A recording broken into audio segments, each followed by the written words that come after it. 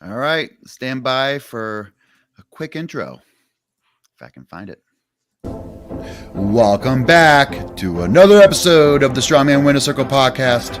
I'm your host, Nicholas Canby, and this is episode 69. Nice.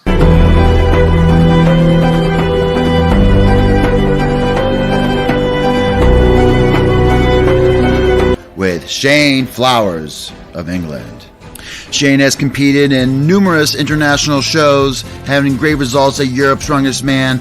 Britain's Strongest Man was the winner of SCL England last year and has big sights for himself in the Euro 2025. So let's sit down with Shane. How's that bicep recovering? What do you think about the current strongman scene? And what can we learn from Shane Flowers on today's episode of the Strongman Winner Circle podcast? So tune in to hear all about Mr. Shane Flowers from the Strongman Winner Circle podcast today on this podcast. Don't forget to like, comment, subscribe, notification bell to the channel so you know when all the podcasts are coming out. So here comes Shane Flowers.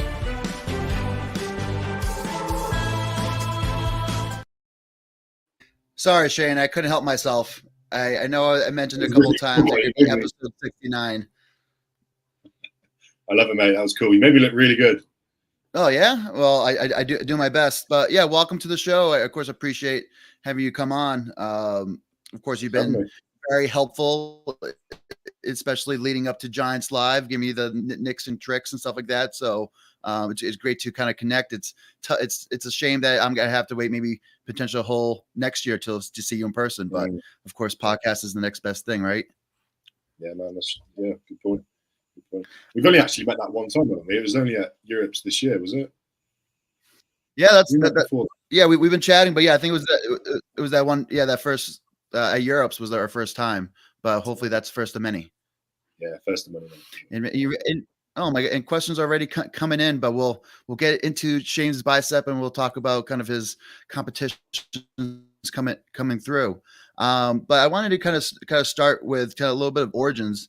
But Shane, you originally were a powerlifter to start your strength career. Is that correct? Yeah. So my first powerlifting competition was January 2015. So coming up 9 years ago now.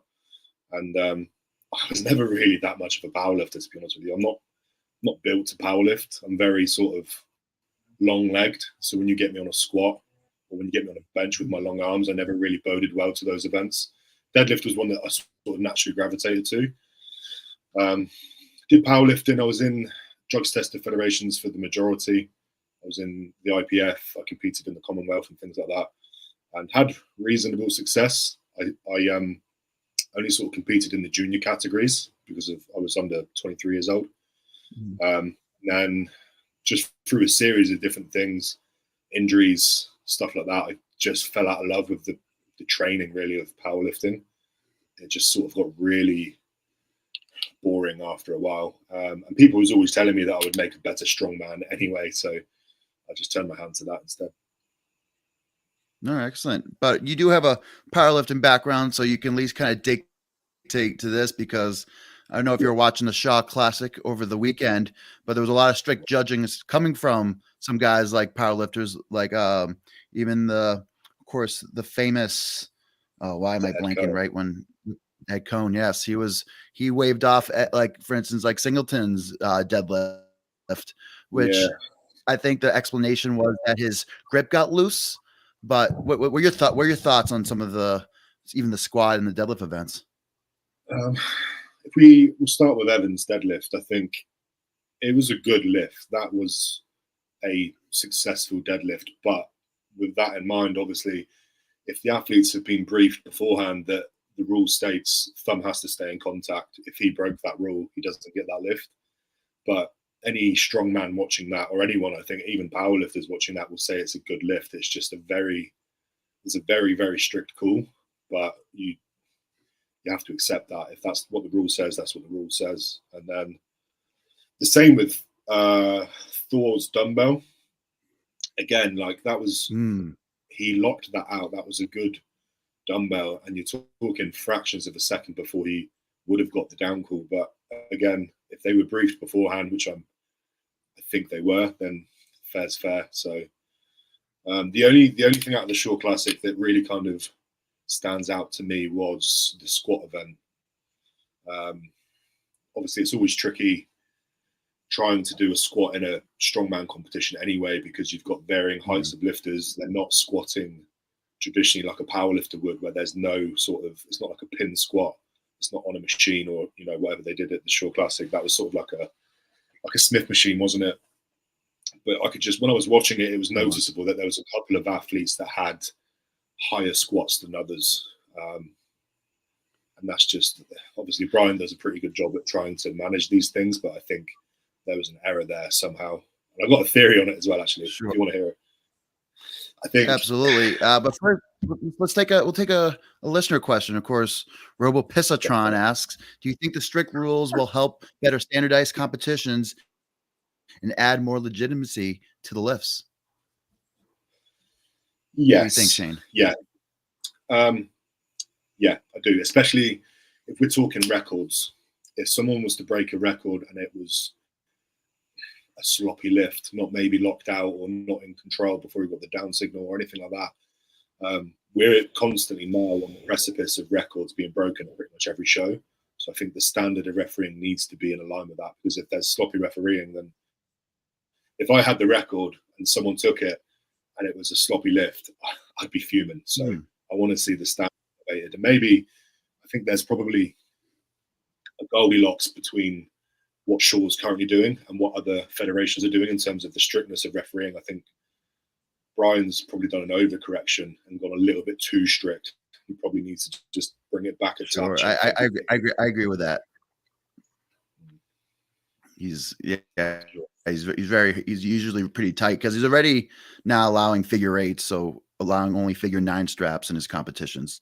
And you want to see the biggest and best weights pulled. So I think you got to find a level, but you know, just like Brian in any other competition, hopefully comes back, sees where he fell short and comes back and is that much better. But I did want to comment on Thor's lockout. They say like the dumbbell moved after he pressed it, but I felt like it moved in his hand. I saw a couple of the front clips. I saw more of the a post that Terry ended up posting on Facebook. Yeah, that's the only. It was on the side, and you can kind of see the dumbbell moving. But with that much money on the line, it's tough. It's really a tough one. It is. That lift particularly was right on the line of was it good or not, whereas some other lifts are obviously over that or under that. I do think Terry made the right call. It's a very strict call, but that's what it is. I'd rather see too strict than too slack, to be honest. All right. What do you think? Do you aspire to go to the Shaw Classic one day after we've seen the last 4 or 5 years from the Shaw camp? I did. I dropped Brian a little cheeky DM earlier this year when I was actually feeling really good, and I just said to him, you know, what's the sort of prerequisite? What do I need? And he said, a good performance at Europe's, good performance at Worlds, and that was it. And then obviously that went tits up. So it's definitely on my sort of, that's what I want to be. I want to be one of those athletes that's representing England at the Shaw Classic, at the Rogue, at the Arnold's. Maybe it can be done as within a year possibly, but I'm probably realistically looking at a couple of years to really get to that level, I think. Sure. But it looks like a pretty, out of the 8 events, they're pretty heavy. I thought in the past, Brian's had events that are just kind of heavy just to be heavy. So it will be interesting kind of how it will mold itself in the years to come. Because again, you still want to have the guys be competitive, but you don't want any zeros like what we saw on the squat. I know we saw some zeros on the stones. There's some kind of tacky issues. But I think that happens from time to time. But again, there's something that will be interesting in terms of how everything will mold going forward. But less about Brian, more about Shane. How's the bicep feeling? How many weeks out are we currently? And for our listeners, both Shane and I are recovering from bicep surgery, so we're gonna talk a little bit about our recovery. What are you now? Because I'm 4 weeks ahead of you. I'm 13. So are you 17 weeks? Yeah. That's 17 or 18 weeks now. It's doing You know, really well. What's interesting, technically, I technically tore my bicep before you because it happened initially at Europe's on the mixed grip in the deadlift bars. So, but we weren't really aware. And 2 days before Worlds is when I got the MRI results that I was torn, but I kind of said YOLO and had to go. Right. Yeah. I remember it. I remember we were backstage at Europe's. We were next to each other in the bit where we keep our kit. And I remember I didn't know what event you did it on, but I remember you were in quite a bit of discomfort with your forearm. I thought it was your sort of forearm here. I didn't realize it was your bicep tendon. I thought too, but in the end, especially after Worlds, where I tore the bicep a little more, I had a full tear in the forearm, but didn't detach, and then I had the 3 centimeter distal bicep tendon. So you made a bit of mess. Made a bit of a mess of your arm. But again, yeah, it's all right. But but tell us a little bit about your recovery. So 17 weeks in, how are we feeling? What are we thinking? Yeah, so it's gone really well. It's gone as good as you could expect it to go. Obviously, a pretty devastating injury to happen to anyone, but it was more, for me, the real kick in the dick was the timing of it being 10 days before I was scheduled to go to World's Strongest Man. But when it happened, I literally jumped straight into action. I got onto the best surgeon that I could possibly find, the same guy that's fixed Adam Bishop, Evan Singleton, all those guys. Got straight on with him. 5 days post rupture, I had my surgery. It was very successful, and then I literally just left no stone unturned with my rehab, and I went absolutely balls out with it. And it's been a relatively, touch wood, a relatively smooth journey. It's just exponentially got better and better week on week. So at the moment now, I'm back doing events, pretty much every event. I've touched At the Stones, Conan's Wheels, Farmers, you name it, I've done it. But obviously the load is still quite a bit down at the moment. I'm still only lifting 80 kilo sandbags, 100 kilo stones, stuff like that. Okay, all right. So you haven't gone too heavy on the sandbags and stones. Now, deadlift wise, what are you back up to? Do you know what? My bicep doesn't hurt at all when I'm deadlifting. If my coach allowed me, I'd probably have a good go at a 1 rep max now, and I'd be fine. We're still in a kind of like an off-season phase though, where he's keeping me beltless, stiff bar, pause work, all that stuff to kind of keep me restrained and keep the numbers down. But yeah, I could probably deadlift whatever I wanted right now. The bicep would be fine. Mm-hmm.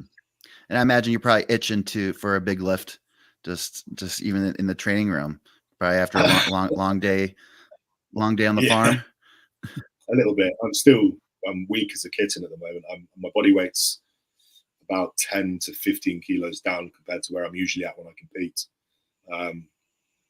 And you'll know as well, when you come back from surgery, the first time I actually lifted weight again, I was so weak, just across the board and everything. I don't know why. It was just, I think your nervous system down regulates, everything comes down a level. And I'm itching to get back to competing, but when I compete, I want to be back at my best. I don't want to come in half-assed. Absolutely. They say like the 6-month mark is like a good mark after 6 months after surgery is where, with some training and some rehabilitation, you should be back to kind of normal. But I feel like someone might need maybe 8 months, 10 months to potentially get to a new peak if they're not looking to compete right at the 6 months mark. So this is a good question that Mr. Robo Pissatron, is this a friend of yours? He's asking a lot of questions. How are you guys going to get over the mental block of trusting your biceps on a big lift? I'm slowly getting there. I only increase maybe 5 or 10 pounds per lift, but you're back to like a 130 log and of course heavier deadlifts. But how's that mental block working out for you, or even like touching stones? Yeah, I mean, when I first did an Atlas stone, or when I first cleaned the log, it was nervous. But you just take each day as it comes, and it's not like I've gone from doing 0 to trying to clean 130, 140 kilos. So, just a day at a time, really. And then you just got to trust the fact that it's attached, and you've got to trust the rehab process. And obviously, I'll be nervous. Like the first time I do an Atlas stone run, the first time I do heavy sandbags, there's going to be those nerves there, but I'll quickly get over it. Just one day at a time. Sure. It gives me a lot of encouragement when I see, like I had Tristan Hoth on a couple episodes ago, and Tristan tore his bicep in 2022. And then he had, of course, the great run towards the end of 2023 where you competed against him at the Magnus for Magnuson Classic. And then, of course, he's had the great run so far in 2024. Evan Singleton, as of course, sometimes ruthless and as crazy as he lifts, he tore both of his biceps, and they look like they're both holding on pretty well. So I've just so many good examples of guys that have tore their biceps and come back stronger and better, and have or been on that pro scene where we want to be. So it does give us, I think, a lot of hope. So, but again, we still have to put in the work going forward. Now, do you meet with your surgeon at all again before like any more meetings with the surgeon, or are you clear with him yet? Yeah, I'm all cleared with him. I had one follow-up, which was 4 weeks post-surgery. That was in person. And then other than that, I've Skyped him a couple of times, but he's about 8 hours away from me in the car. So he's a long way away. Okay. Yeah, but he's signed me off. I'm all cleared and good to go now. And then pretty much my bicep is in Coach James' hands now. He's pretty much navigating my training and my sort of reloading. So far, so good. He's obviously coached a couple of guys that have torn biceps, Luke Richardson and whoever else. So I'm in good hands, I feel like. All right, excellent. Well, it'll be interesting in terms of kind of what's in store for you guys going forward. But again, we just have to follow the channel, watch the Instagram to see kind of the lifts and progress and all. Now, speaking of competing, so of course I saw that you had to drop out of the SCL show, feeling that you probably weren't going to be as ready as you wanted to be. But any other kind of competitions on the horizon? So when I got injured initially, I spoke to Darren, I spoke to Colin, and Darren basically said to me that the door's open for any time, for any show that I want when I come back, which is nice. But with that being said, the only show that's really applicable to me this year for Giants Live is Glasgow, because you got the one in 2 weeks' time, which is too soon for me. And you've got Vegas, which they're not going to invite me to Vegas. And then the only one left on the calendar for this year is Glasgow. And subject to what the events are, that I might do that. But realistically, I'm looking at doing one show this year, and that would probably be the Magnus Classic, which is at the back end of November. I did it last year, and it was by far my favorite show that I've ever done, by far. So I feel like if I've literally spent the last 4 months being robbed of my bicep, and then I've also got a knee issue as well. So I want to make sure that when I come back and do my first prep for a competition again, I want to really enjoy it and have a competition in mind that's really exciting to me. So absolutely. Well, the Magnus for Magnuson, it just 9 events, 3 days, tour around Iceland. And just the camaraderie with the fellows. It sounds like a great time. I was actually bummed that I wasn't able to complete last year because I got an invite through winning the Arnold Europe in Spain, but unfortunately I had a wedding, so I had to skip out on that. But I guess that would probably worked out in best because I ended up making the OSG final, and that helped me to get into Europe's. So I guess things kind of worked out for a reason. But originally I was going to do 2 different Magnuson shows this year. I was going to do one in June, which is his 3-day summer show. But unfortunately the bicep, and then we weren't sure right after after Worlds if it was just the forearm or bicep. Ended up being, of course, the bicep. So I wasn't going to do the Gimli, the one that's in like northern Canada either. So, but I think it's interesting because I like it's getting the Magnus for Magazine is getting some good like mainstream coverage, but I feel like it's like it's like a milestone or a kind of a bucket list contest for many athletes. For sure. It's such a cool competition. I mean, getting to do the actual Husafell, all those sorts of events, they're just so cool. And then it is brutal. Don't get me wrong, you're stood out in the wilderness of Iceland in winter, -5, 10 degrees, whatever it is. You don't warm up.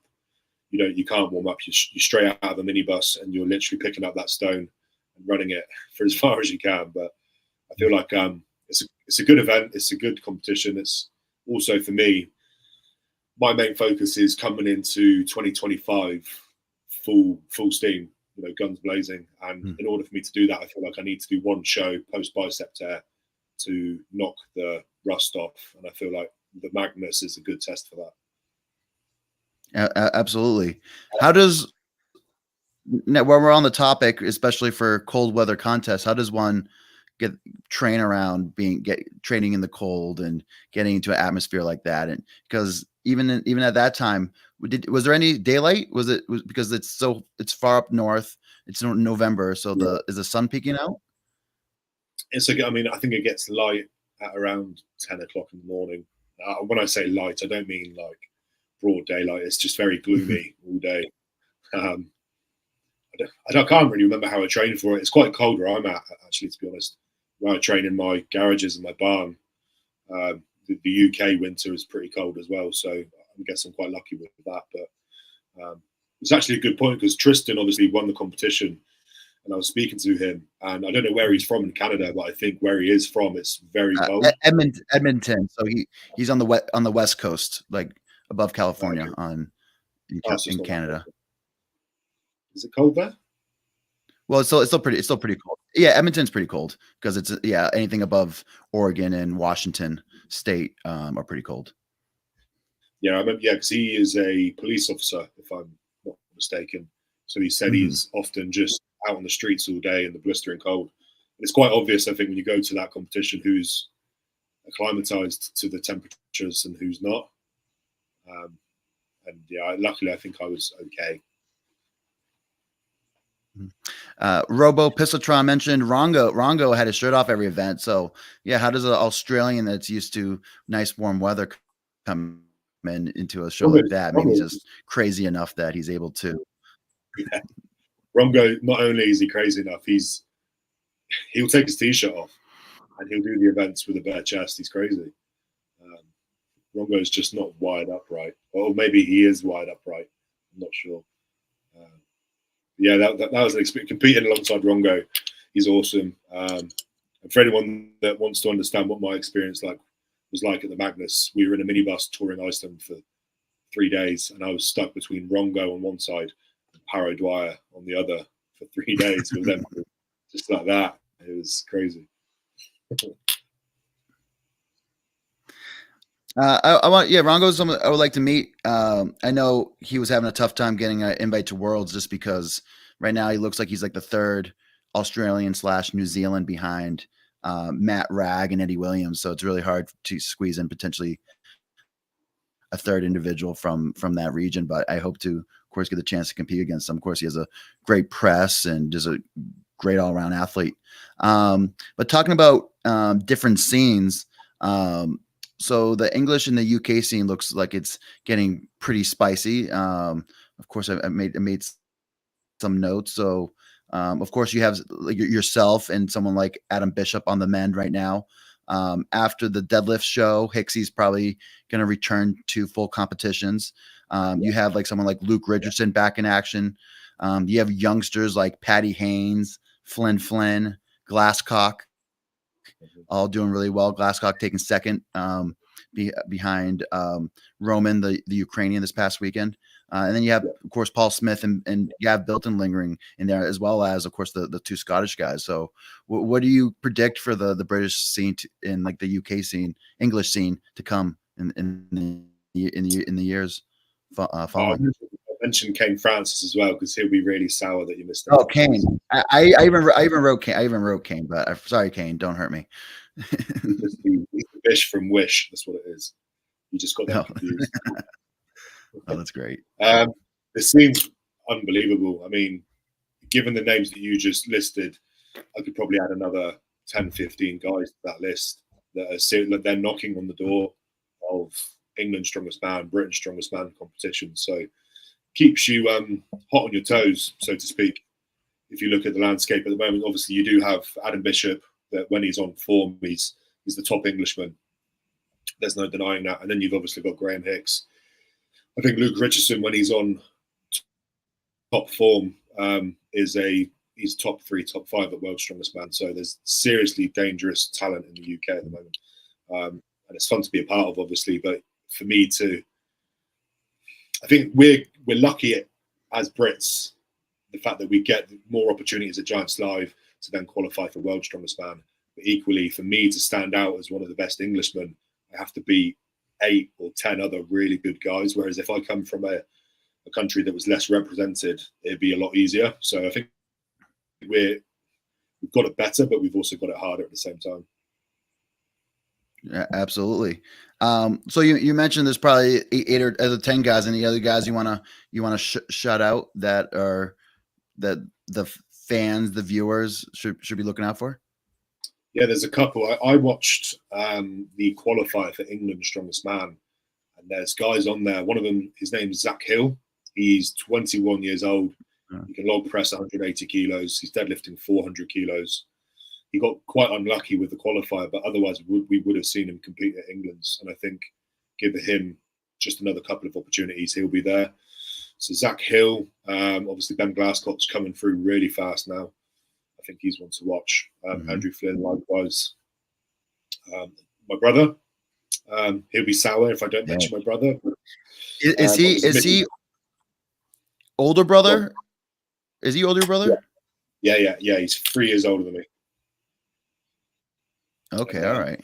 But but it looks like he's getting some opportunities getting into the SEL circuit, and of course, I think he got his shot at England's Strongest Man. I don't think he had the performance he was looking for. No, he's just. But he's got. Has he been competing as long as you, or? He's been competing in strongman longer than me, and he was a power lifter before that. But although he's my brother, he's very sort of different to me in certain respects. Firstly, his body type's completely different. I'm 6'4".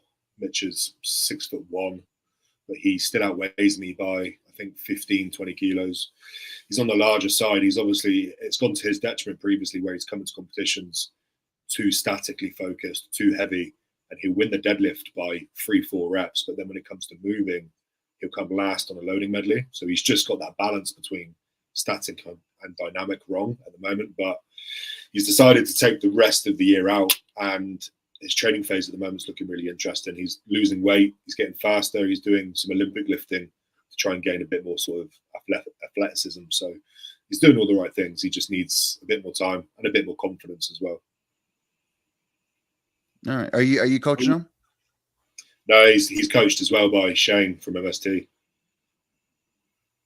Okay, all right, pretty cool. So he has, of course, both brothers under his belt.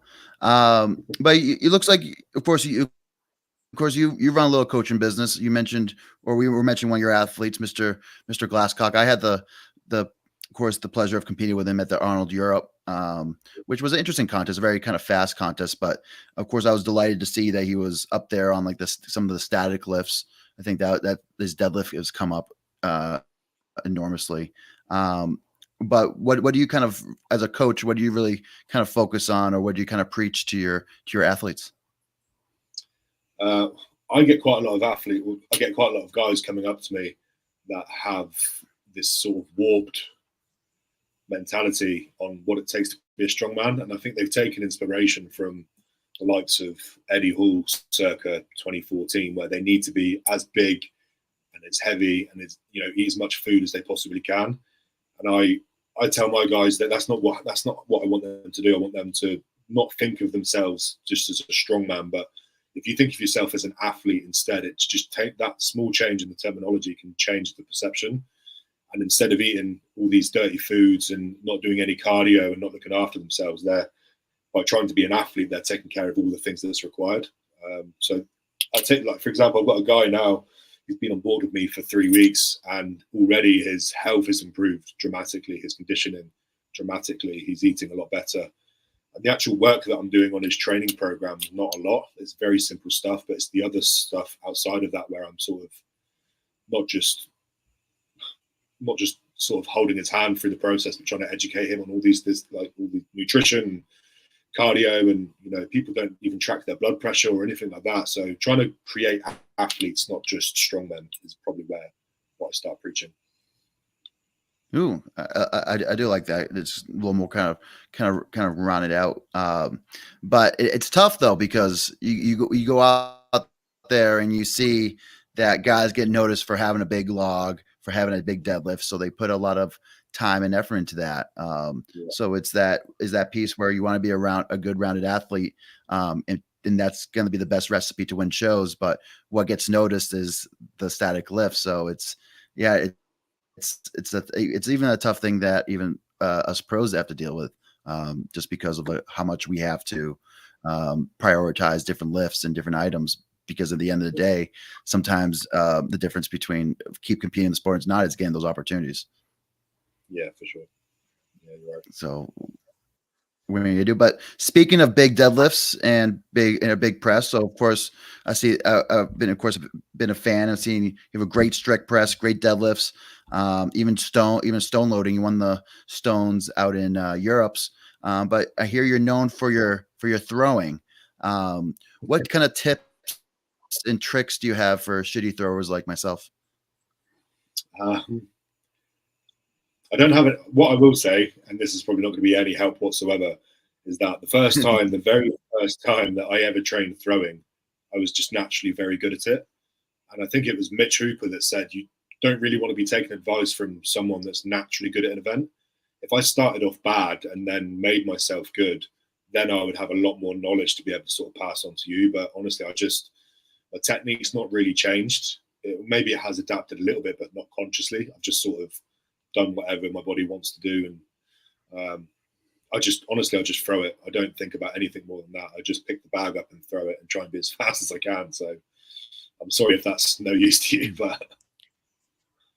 Well, no. Well, there's different ways to dissect it. So do you think it's some of the different training that you do outside of throwing that would contribute towards throwing? So for instance, I had Wes Stravinsky on. Of course, he tied for the keg throw record at Worlds, and he's had other performances like OSG, where I think he won the throwing event at OSG. He talks about even like equating similar to kind of to American football lifters, where they kind of it's almost like you have a bent at the hips and knees, and then you're pretty much just extending upwards. There's other guys that take a little more of a Highland approach. There's different individuals that are big into kind of hang snatches and snatches as a good metric in terms of carryover. But do you feel like that, again, like something like a snatch or other accessories would be complementary towards your throwing and your lifting? Yeah, I would say if you're someone that needs to work on that sort of explosive, I mean, the best way to train throwing is to throw, right? I mean, you can't get any more specific than that. But if you're looking for sort of accessories or other variations or different lifts that you can do to bring your throwing game up, then I would be looking at things personally, maybe like a snatch or something like that, something that requires a lot of explosive power. And for me, I would always say as well, throwing, for me particularly, the only part that it actually drains me is from the knee down. If I do a lot of throwing in a session, my calves, my feet really hurt after a while. I don't feel it anywhere in my posterior chain, not my arms, not my shoulders. It's just my calves, they just wear out. So I think obviously having some fast twitch fibers in your lower leg make a massive difference, and just bringing that up if you can will help. But I'll tell you what I do when I do train throwing, when it's coming up in a competition, I hit it with quite a lot of frequency. I would throw maybe upwards of 4 or 5 times a week. And then what I would also do is purposefully never fail a throw. So if that means I have to train lighter or throw lower over a lower beam, if I don't ever fail in training, then you you don't want to learn how to fail. You don't want, because throwing is such a high confidence event. If you're going into a throwing event in a competition and you've never missed a throw, you've never missed a bag, you've not even in training or in competition, then you don't know how to fail. So whereas if you go into throwing in a competition and your last couple of training sessions you were throwing under or you were hitting the bar, your confidence is gone. Yeah, I've been in that situation a few times. Just not something that hasn't come natural, but I think the biggest thing is I think in the past, just in the time now, I'm a little bit more in the suburbs. But in the time I was in the city, kind of city living, so it was really hard to get the frequency of throwing in. So I think if just by the pure factor of frequency, throwing with frequency, I think that's gonna kind of improve it. But I wasn't a great thrower at 105, so heavyweight. So I'm just hoping that there's not going to be too many throwing events in my future. But that's something that is part of the sport. So I do gotta figure that out one point or the other. But talking about big deadlifts, are you expecting anybody to break the record come September 28th in Vegas? Yeah, I do think if Hicksy's training is well put together, I think he's the guy to do it. But I'm sorry, Hicksy, if you're watching this, I think he might run the risk of peaking too soon. The deadlift championships is 5 weeks away. Correct me if I'm wrong. 5 weeks, 4 weeks. Sounds about right. Yeah. And he's been hitting low to mid 400s. I think I saw a 450 deadlift 2 or 3 weeks ago. I think he has the physical attributes required, and I feel like if he can put it together during his training and competition without getting injured, I think he's the best candidate for it. But I do think he's running the risk of peaking too soon. I hope I'm wrong. I really do hope I'm wrong. So I'm sorry, Hicksy, if you're watching this, mate. But yeah, I think Hicksy's the top boy to do it. And then my second guy, honestly, would probably be Matt Ragg or Mitch Hooper. Initially, I was a very firm believer in Matt Ragg doing it. But again, Matt, I'm sorry if you're watching this, mate. I expected bigger numbers from him at the Royal Albert Hall, and also expected a bigger number from him at the Shore Classic just gone. And I think Mitch is actually on par at the moment, or maybe ahead of Matt out of a suit. So let alone when he goes into a suit, I think they're both high 400 kilo deadlifters for sure. Interesting. It should be interesting the way it play out. But on Hicksy, I had him on the podcast right after the last deadlift championships, and he talked about back then saying he was going to take Britain's off. He was going to take, if he even got the opportunity to go Worlds, he would pass it up just to focus on this one record. So I think it does mean a lot to him. So I think it's going to be it'll be pretty interesting. I think Rag did try to go for like something like 456 or like 1,000-pound pull at the Shaw and just came up short. So I would, but I could see if he hit that raw, that would give you a lot of confidence going into 5 weeks from now. Yeah. But personally, I'm gonna be in attendance watching the show. I'm heading down to Vegas, bringing the missus. So I'm pretty excited to watch some big strongmen in under the bright light. So that should be pretty interesting. That should be pretty interesting. And actually, one guy we forgot was I guess Ivan Markov is going to go after for the 6th time. So that'll be interesting. Maybe the 6th time is a charm, because I think he's done 3 through Giants Live. He's done like 2 on his own. So I think this might be his 5th or 6th time going after it, which is pretty wild. It's pretty crazy. I think his training looks really good, but his training has always looked really good. I wish any company out there listening would send him some calibrated plates and an actual deadlift bar, or the deadlift bar that they'll use in the competition. I'd like to see him train it a lot more specific. And I know he does he's deadlifting off mats, right? He's doing like an elevated deadlift, which obviously he's a better deadlifter than me, so I'm assuming it's working. But I'd love to see Makarov train it specifically without all these different weird plates and stuff like that, because it can throw a lift off, I think. Sure. But both Ivan and Hicksy, they're about like 140 kilos, like 150 kilos at most. I think when Eddie and Thor both went over 500 kilos, they were both like close to 200 kilos in body weight, or 440. So I feel like, is that what maybe that's what it takes to potentially get into those, get it close to 1,100 pounds or 500 kilos, right? I would say that it helps, especially if you're breaking new ground like Eddie or Thor was, then it's definitely a good thing to have in the locker. But you think of like the amount of guys now deadlifting 1,000 pound, and they weigh say 140, 150 kilos. If you just continue scaling that up, I think, how many guys do we know that deadlifting 400 kilo that weigh just over 100 kilos? So if you keep scaling it up, I think it probably bodes well to be quite heavy. But after a certain point, if you're too big, you're just not going to get in those positions required. So who knows? Ooh, sure. Yeah, that's a great point. So yeah, we're good. Hope for the best. I think that I think Hicksy I think no one's ever taken as much time off as Hicksy for like a true competitor.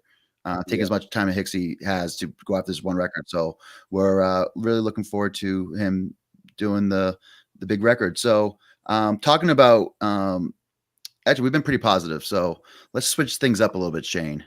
So Here we go. the world of strongman, the world of lifting, the world of gym lifting. Is there anything that grinds your gears? Is there anything that gets the hairs on your neck just up in arms when you're looking at the internet? Just these youngsters, if they have too much, if they're pulling maybe only 100 kilos, but they're wearing a full SBD gear and Leco bar with calibrated plates, or having their tripods. But I've had many different things that have grind my gears. But what grinds Shane's gears in the world of strongman and in the world of lifting?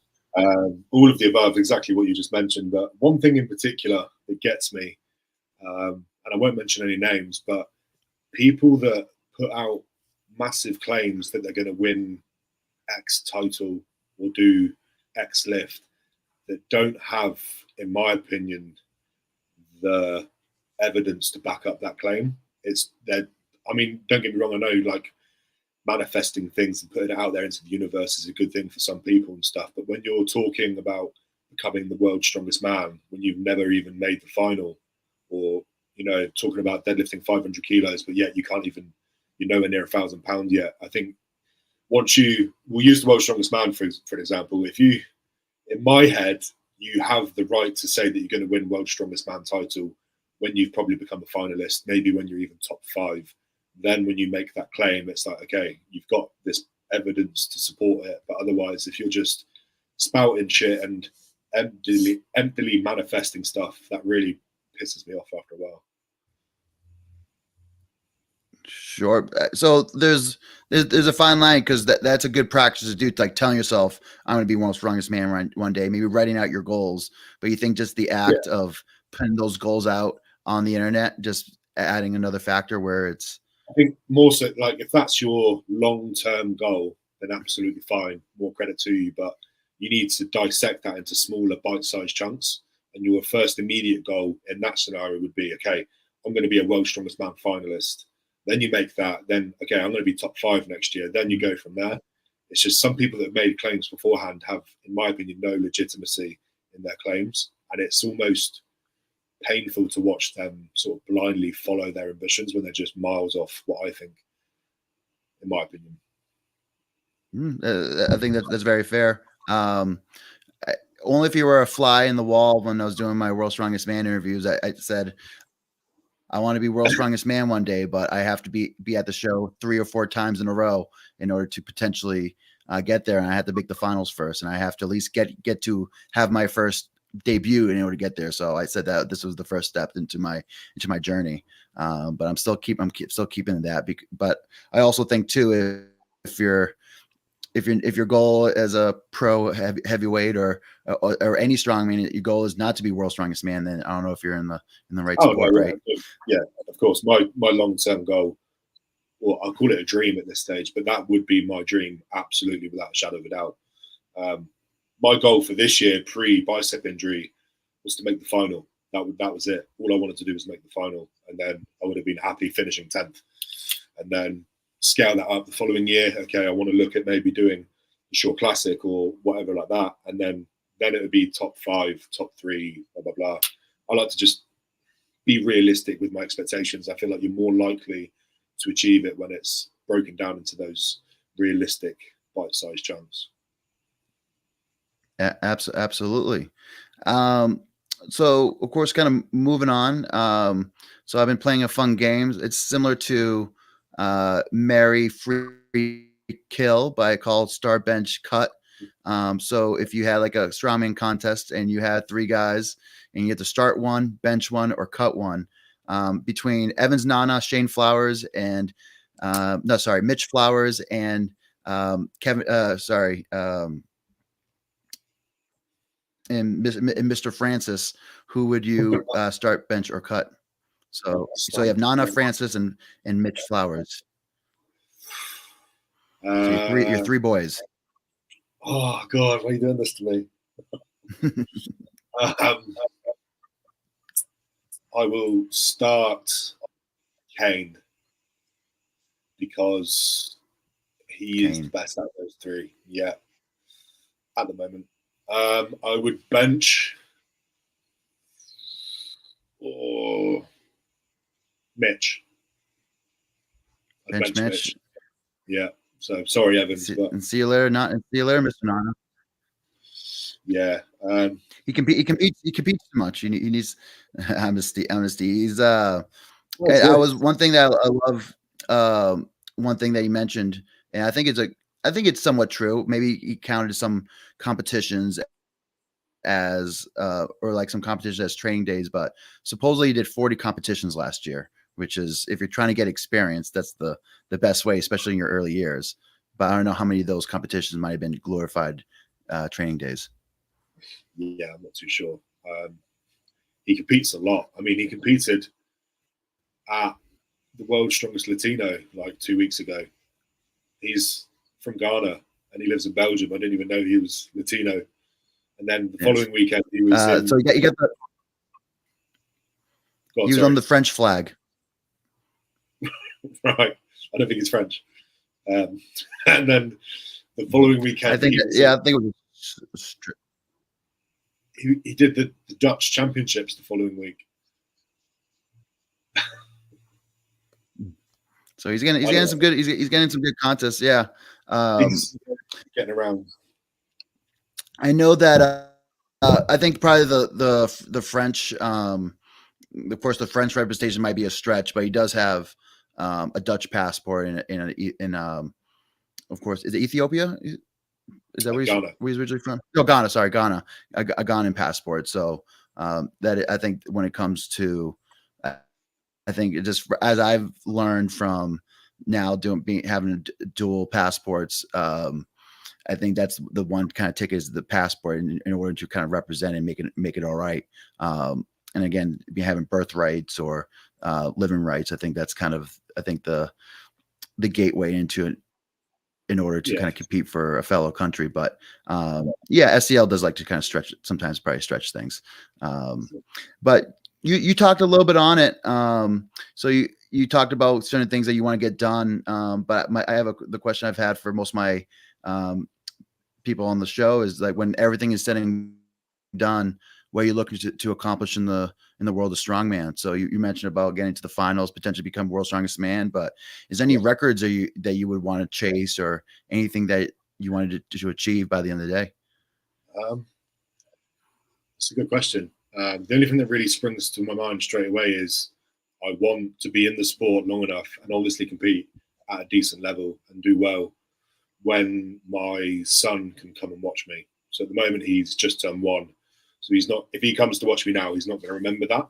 But if I'm in the sport long enough that he's coming to my competitions when he's 6, 7, 8 years old, hopefully by then I am a contender and I'm right up there. That's the only real goal that I have. So it's difficult to quantify it in terms of like, I want to gain this title or, I want to win that record or whatever it may be. It's just, I think I was asked this question before and I answered it. I would love the career that Terry Holland's had, basically, where you win titles. He's podiumed at Worlds, but he's been in the sport for a long time, and he's He's always considered one of the best in his country. I also want to travel more with World's Strongest Man. I want to go to, if you speak to Terry, over the 10, 12, whatever it was, years that he competed at Worlds, he's been all over the world. And at the moment, the years that I've been eligible to compete at World's Strongest Man, it's just been in America. So, yeah.